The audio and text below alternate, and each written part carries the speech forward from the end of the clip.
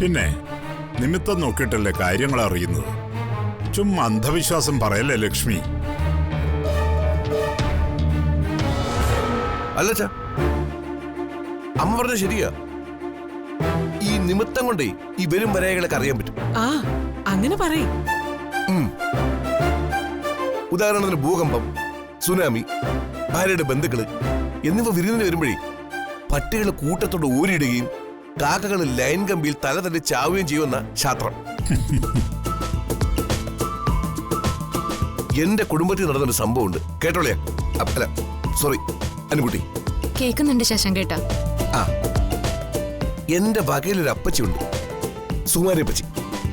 കുടുംബത്തിന് സ്വസ്ഥത തരാത്തൊരു കക്ഷിയാ. മദർ തെരേസയുടെ മനസമാധാനം പോലും കെടുത്തുന്ന അപൂർവ ഇത്.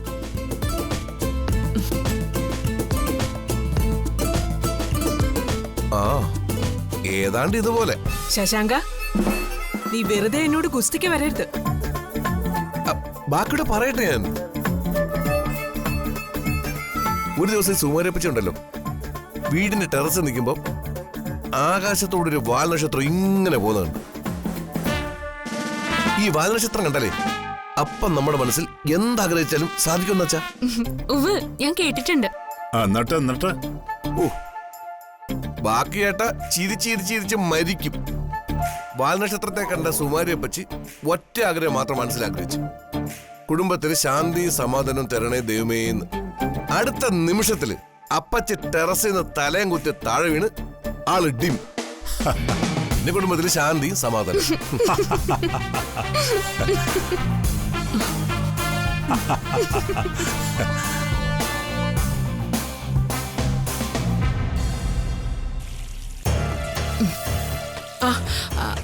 മോളെ, ആ രുദ്രൻ തിരുമേനിയുടെ നമ്പർ എങ്ങനെയാ? അതിനുവേണ്ടി പോലും ഞാൻ എന്റെ വീട്ടിൽ വിളിക്കില്ല അമ്മേ. പ്ലീസ് എന്നെ നിർബന്ധിക്കില്ലേ. വേണ്ട, ലക്ഷ്മി അമ്മ മോളെ നിർബന്ധിക്കില്ല. ഞാൻ സംഘടിപ്പിച്ചോളാം. എനിക്കാണല്ലോ ആവശ്യം.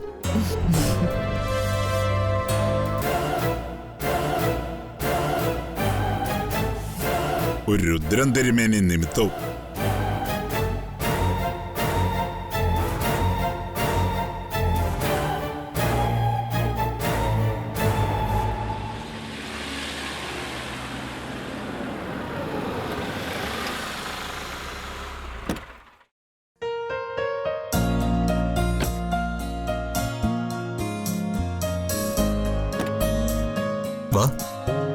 എന്താ നന്ദേട്ട ഇത്? നന്ദേട്ടന്റെ ഭാവം കണ്ടാ തോന്നുമല്ലോ ഞാൻ എന്തോ വലിയ രോഗിയാണെന്ന്.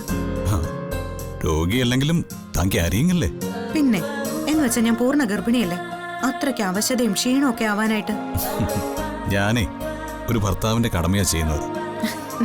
അതെ, ഒരു ഭാര്യയുടെ കടമയായി പറഞ്ഞത്. എന്താന്ന് വെച്ചാ എന്റെ ഭർത്താവ് ഇങ്ങനെ ഒത്തിരി കഷ്ടപ്പെടുന്നത് എനിക്കിഷ്ടമല്ല.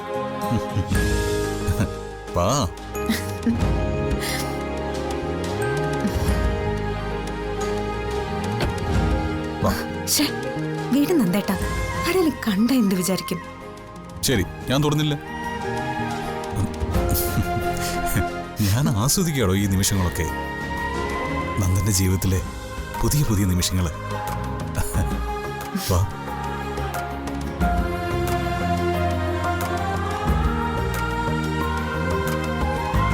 നന്ദേട്ടാ, പ്ലീസ് ഒരു റിക്വസ്റ്റ് ഉണ്ട്.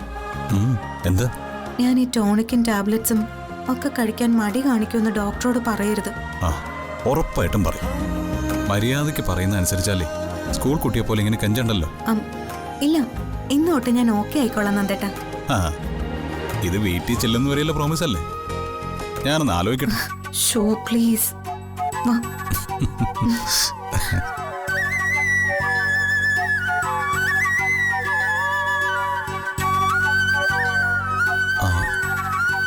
സിസ്റ്റർ, ആൻമേരി ഡോക്ടർ അല്ലേ? വിളിച്ചിരുന്നല്ലേ? ഡോക്ടർ അകത്തുണ്ട്, ഞാൻ പറയാം.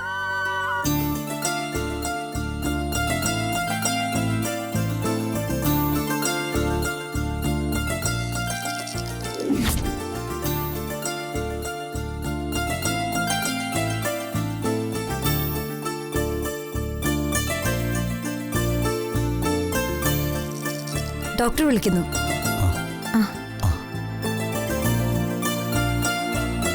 ഫാർമസി കൊടുത്തേക്ക്. രജിതയുടെ കൈ തന്നെ കൊടുക്കണം കേട്ടോ.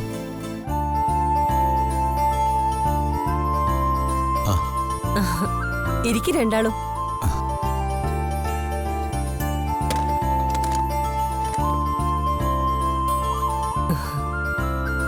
എങ്ങനെയുണ്ട് നന്ദൻ സംഗീതയ്ക്ക്? മര്യാദയ്ക്ക് മരുന്നും ഗുളിയൊക്കെ കഴിക്കുന്നുണ്ടോ? കഴിക്കുന്നുണ്ടെന്ന് പറയാനാണ് എന്നോട് പറഞ്ഞത്. അയാളുടെ സന്തോഷത്തിന് വേണ്ടി ഞാൻ പറയാം. എല്ലാം കഴിക്കുന്നുണ്ട്.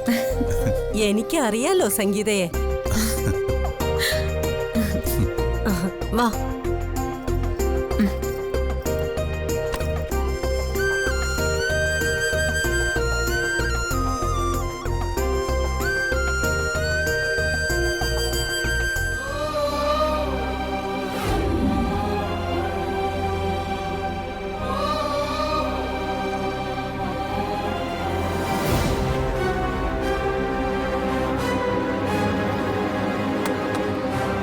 സംഗീത ഇത്തിരി അനീമിക്കാണെന്ന് തോന്നുന്നു. മര്യാദയ്ക്ക് അയൺ കണ്ടന്റുള്ള സിറപ്പൊക്കെ കഴിക്കണം കേട്ടോ. സംഗീതം ഒന്ന് പുറത്തിരുന്നേ. എനിക്ക് നന്ദനോട് കുറച്ച് കാര്യങ്ങൾ പറയണം.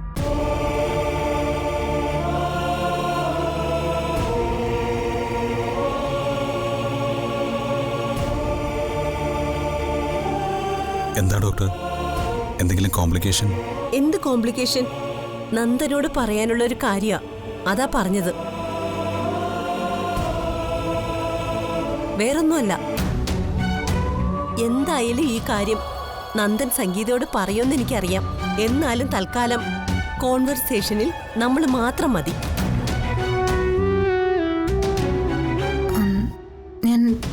ഞാൻ പുറത്തിരിക്കാം.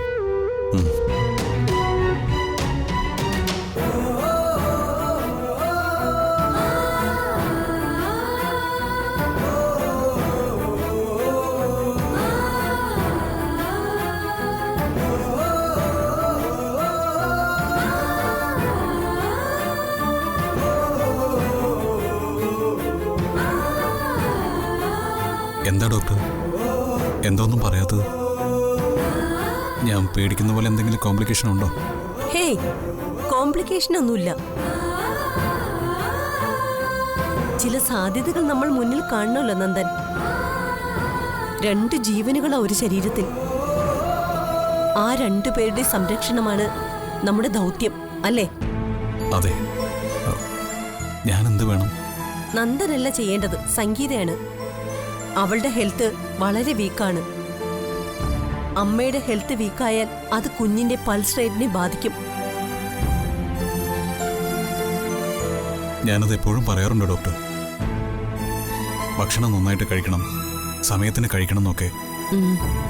അതിനായിട്ട് മാത്രമാണ് വീട്ടിൽ ഒരു സെർവന്റിനെ വെച്ചിരിക്കുന്നത് തന്നെ. ശരിയാണ്. പിന്നെ സംഗീതയുടെ മനസ്സ് വളരെ അസ്വസ്ഥമാണെന്ന് നമുക്കറിയാലോ. മുഖത്ത് എത്ര ചിരി ഒട്ടിച്ചു വെച്ചാലും ഉള്ളു നീറി പുകയുന്നുണ്ടാവും അനുവിനെ ഓർത്ത്. അതും ശരിയാണ്. പക്ഷെ എന്നാലും പരമാവധി സമയം ഞാൻ സംഗീതയ്ക്കൊപ്പം ഉണ്ടാവും. അത് വേണം. നന്ദന്റെ സാമീപ്യം മാത്രമാണ് ഈ സമയം സംഗീതയ്ക്കുള്ള ഒരേ ഒരു മരുന്ന്. ശരീരം ക്ഷീണിക്കുന്നതിനേക്കാൾ ഗുരുതരമാണ് മനസ്സ് ക്ഷീണിക്കുന്നത്. ശരീരത്തിന്റെ ആരോഗ്യം തിരിച്ചു പിടിക്കുന്നത് പോലെ പ്രാധാന്യമേറിയതുമാണ് മനസ്സിന്റെ ഉല്ലാസവും സന്തോഷവും തിരിച്ചു പിടിക്കുക എന്നുള്ളതും. അത് സംഗീതയെ പറഞ്ഞ് മനസ്സിലാക്കേണ്ട കാര്യമില്ല. എന്നാലും ഒരു ശ്രദ്ധ കൊടുക്കണം. പിറക്കുന്ന കുഞ്ഞിന്റെ ആരോഗ്യത്തിനും അത് കൂടിയേ തീരും നന്ദൻ. എനിക്കറിയാം ഡോക്ടർ. ഞാൻ സംഗീതയെ പറഞ്ഞ് മനസ്സിലാക്കാം.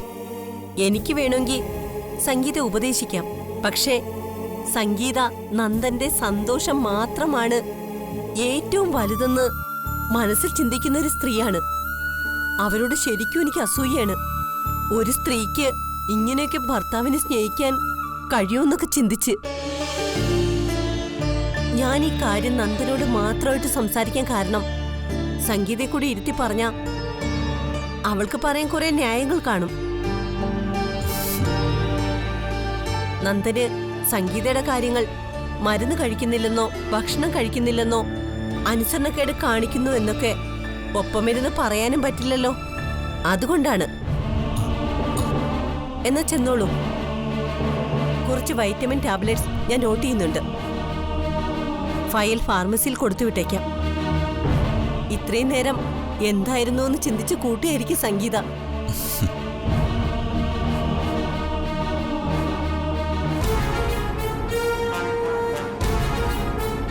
നന്ദ,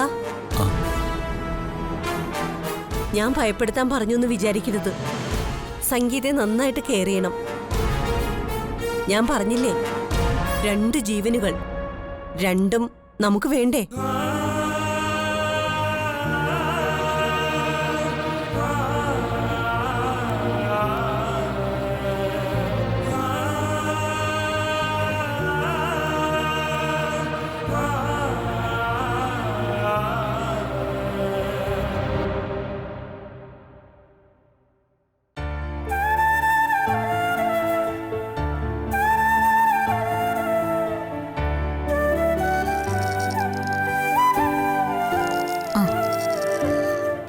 എന്തായിരുന്നു നന്ദേട്ട?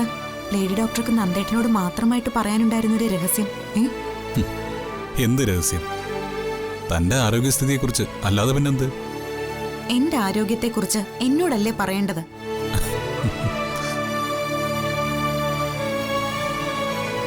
നന്ദേട്ടന്റെ മുഖം കാണുമ്പോഴേ എനിക്കറിയാം, ഡോക്ടർ പറഞ്ഞതൊന്നും അത്ര നല്ല കാര്യമായിരിക്കില്ല. മിക്കവാറും ഈ ഡെലിവറിയോടെ ഞാനങ്ങ് തട്ടിപ്പോകുന്നായിരിക്കും അല്ലേ? തോന്നിവാസം പറഞ്ഞാ ഉണ്ടല്ലോ. ആ എടോ, താൻ ചത്തിട്ട് പിന്നെ ഞാനിവിടെ ജീവിച്ചിരിക്കൂ. ഞാൻ ജീവിച്ചിരിക്കുന്ന തന്നെ തനിക്ക് വേണ്ടിയല്ലേ? എന്നാലും എന്തോ ഒരു കോംപ്ലിക്കേഷൻ ഉണ്ട് അല്ലേ നന്ദേട്ട? ഈ പ്രായത്തിലൊരു പ്രഗ്നൻസി, അതിന്റെ പ്രശ്നങ്ങൾ, ഡെലിവറിയുടെ റിസ്ക്. എന്തായാലും നന്ദേട്ടൻ എന്നോട് തുറന്നു പറയണം കേട്ടോ. ഇപ്പൊ നമ്മൾ മാത്രമല്ലേ ഉള്ളൂ. അപ്പൊ സങ്കടമാണെങ്കിലും സന്തോഷമാണെങ്കിലും ഒരു മിഠായി പകുത്ത് കഴിക്കും പോലെ നമുക്കങ്ങ് ജീവിക്കാം. പേടിക്കാനൊന്നുമില്ലടോ. തന്റെ ആരോഗ്യ കാര്യങ്ങളിൽ ശ്രദ്ധ വേണം. പിന്നെ മെന്റൽ സ്ട്രെസ് ഒന്നും ഉണ്ടാവുമെന്ന് നോക്കണം എന്നാണ് ഡോക്ടർ പറഞ്ഞത്. പിന്നെ താൻ ഒറ്റയ്ക്കിരുന്ന് ചിന്തിച്ചു കൂട്ടുന്നത് തന്റെ തലയ്ക്കകത്ത് കയറിയിരുന്ന് മാച്ചു കളയാൻ എനിക്ക് പറ്റത്തില്ല. ഇല്ല നന്ദേട്ട, ഞാനൊന്നും ചിന്തിച്ചു കൂട്ടുന്നില്ല. നമ്മൾ എന്തൊക്കെ ചിന്തിച്ചാലും എന്തൊക്കെ പ്ലാൻ ചെയ്താലും നമ്മൾ വിചാരിക്കുന്നത് പോലെ അല്ലല്ലോ ജീവിതം. അത് ദൈവത്തിന്റെ തീരുമാനമോ. ഞാൻ അങ്ങനെ കരുതുവോ?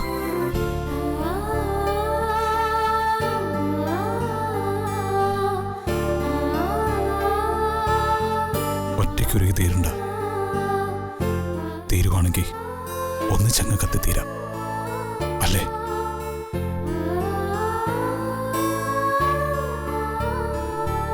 എന്നാ പിന്നെ വാ, ഫാർമസിയിൽ നിന്ന് മരുന്ന് വാങ്ങാനുണ്ട്.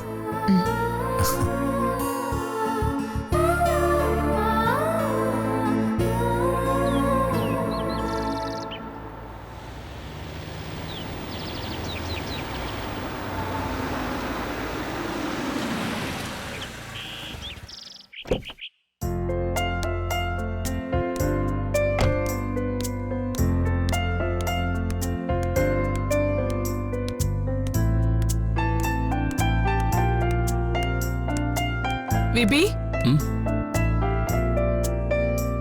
ആഹാ, നീ നേരത്തെ വന്നോ? ആ, ഇതെന്താ കയ്യില്? ഇത്തിരി പായസം അമ്മേ. ഇന്നലെ അനുക്കുട്ടി പറഞ്ഞിരുന്നു. പായസവും പഞ്ചാമൃതവും ഒക്കെ ഇവിടെ ഉണ്ടാക്കിയ പോരെ, എന്തിനാ പുറത്തുനിന്ന് വാങ്ങിക്കുന്നേ? അല്ലമ്മേ, പഴം പ്രഥമൻ കഴിക്കാൻ ഒരാശയം എന്നോട് പറഞ്ഞപ്പോ.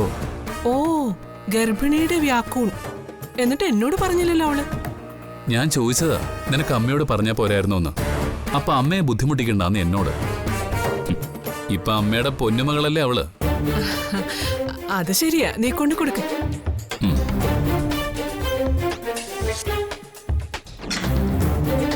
എടേ വിപി, എന്താ അമ്മേ? ദേ, ഇനി റോഡരികെ കാണുന്ന ഇത്തരം ചപ്പടാച്ചികളൊന്നും വാങ്ങിച്ചോണ്ട് വന്നേക്കരുത്. പഴംപ്രഥമനാണെങ്കിലും പാലടയാണെങ്കിലും ഞാൻ ഉണ്ടാക്കി കൊടുത്തോളാം എന്റെ കൊച്ചിന്. ശരി അമ്മേ.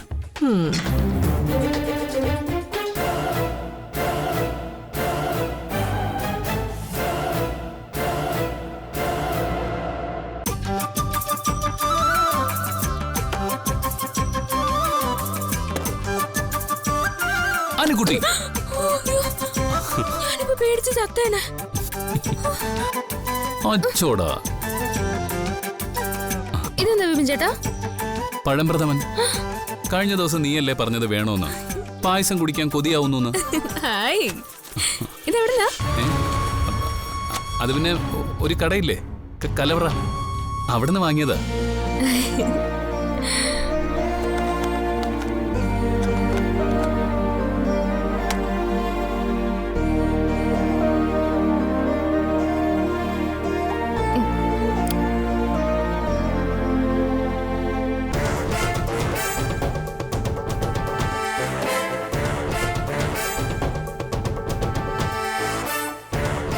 ഇതെവിടുന്ന് വാങ്ങിയെന്നാ പറഞ്ഞേ? കലവറയെന്ന്. കൊലവറയും നിലവറയും. വിപിൻ ചേട്ടാ ശങ്കരമംഗലത്ത് പോയില്ലേ? അനു, ഞാൻ ചോദിച്ചതിന് ഉത്തരം പറയേ. പോയോ ഇല്ലയോ? ആ പോയി. എന്തിനാ? അത് പിന്നെ നിന്റെ അച്ഛനെ വഴിയിൽ വെച്ച് കണ്ടു. അന്യരൊന്നും അല്ലല്ലോ. അവിടെ ഒന്ന് കേറി 5 മിനിറ്റ് സംസാരിച്ചു. അതിനെന്താ? ഒന്നുമില്ല. എനിക്ക് ബന്ധമില്ലാത്തടത്ത് വിപിൻ ചേട്ടൻ എന്താ ബന്ധം? എന്താ അനു ഇത്? കുന്തം. എന്നിട്ട് അവിടെ നിന്നുണ്ടാക്കിയ പായസം ഒരു കിറ്റിലാക്കി കൊണ്ടുവന്നിട്ട് എന്റെ മുമ്പിൽ ഒരു നാടകം. വരുന്ന വഴിക്ക് വാങ്ങിയതാണ് പോലും. അനു അരുത്. തീരെ വയ്യാഞ്ഞിട്ടും നിന്റെ അമ്മ ഉണ്ടാക്കി തന്നു വിട്ടതാ. അതുകൊണ്ട് തന്നെയാ കളയുന്നേ. ഒന്ന് തൊട്ട് നാക്കി വച്ചപ്പോ തന്നെ എനിക്ക് മനസ്സിലായി ഇത് ശങ്കരമംഗലത്തിൽ നിന്നുള്ളതാണെന്ന്. എനിക്കിത് വേണ്ട. അനു,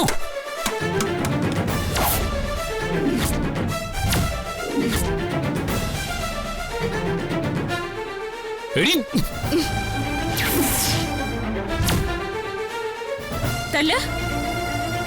ഇതിന്റെ പേരിൽ വിപിൻ ചേട്ടൻ എന്നെ കൊന്നാലും എനിക്കൊന്നുമില്ല.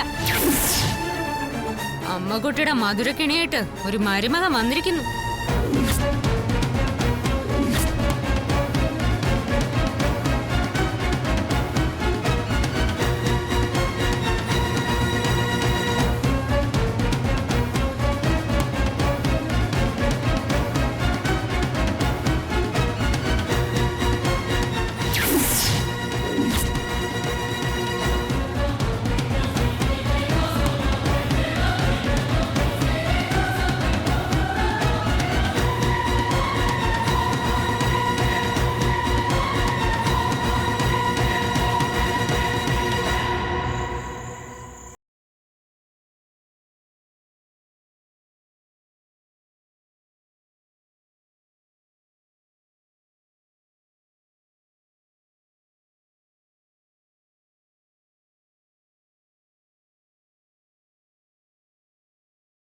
ലക്ഷ്മി അമ്മയുടെ മോളിങ്ങനെ പിണങ്ങിയിരുന്നാൽ എങ്ങനെയാ?